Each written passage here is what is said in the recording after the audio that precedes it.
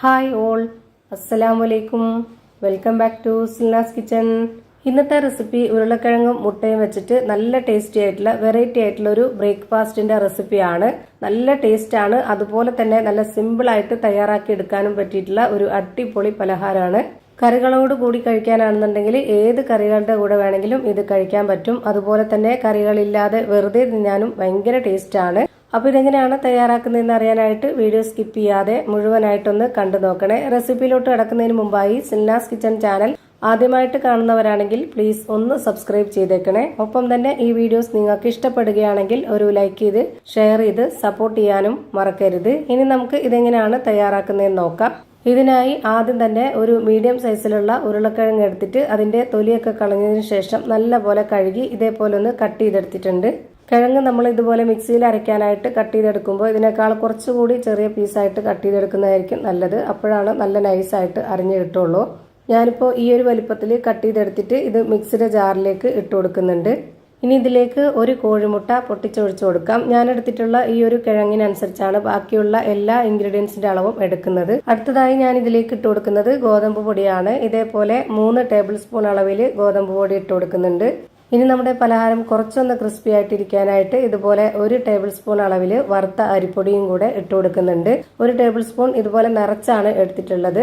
ഇനി ഞാനിതിലേക്ക് ഒരു നുള്ള് മഞ്ഞൾപ്പൊടി ഇട്ട് കൊടുക്കുന്നുണ്ട്. കളറിന് വേണ്ടിയിട്ടാണ്, വീഡിയോയിൽ കാണാനൊരു ഭംഗിക്ക്. ഇനി കളറൊന്നും വേണ്ടാന്നുണ്ടെങ്കിൽ നമുക്ക് അല്ലാതെ തന്നെ തയ്യാറാക്കി എടുക്കാവുന്നതാണ്. അടുത്തതായി ഒരു 3 ടേബിൾ സ്പൂൺ അളവിൽ നെയ്യ് ഒഴിച്ചു കൊടുക്കാം.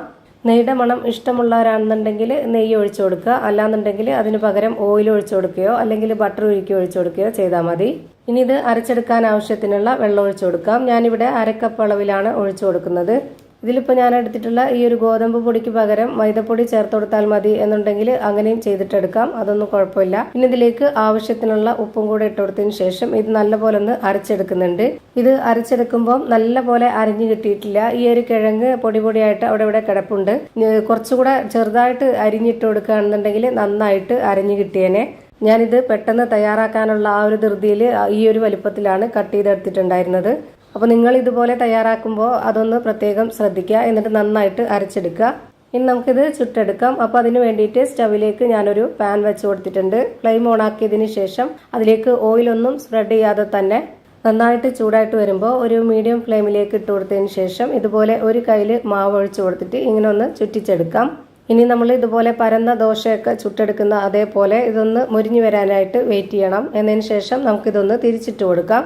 ഒരു 4-5 സെക്കൻഡ് ഈ ഒരു ഭാഗം ഒന്ന് വെന്ത് കിട്ടിക്കഴിഞ്ഞാൽ പിന്നെ നമുക്കത് എടുക്കാവുന്നതാണ്.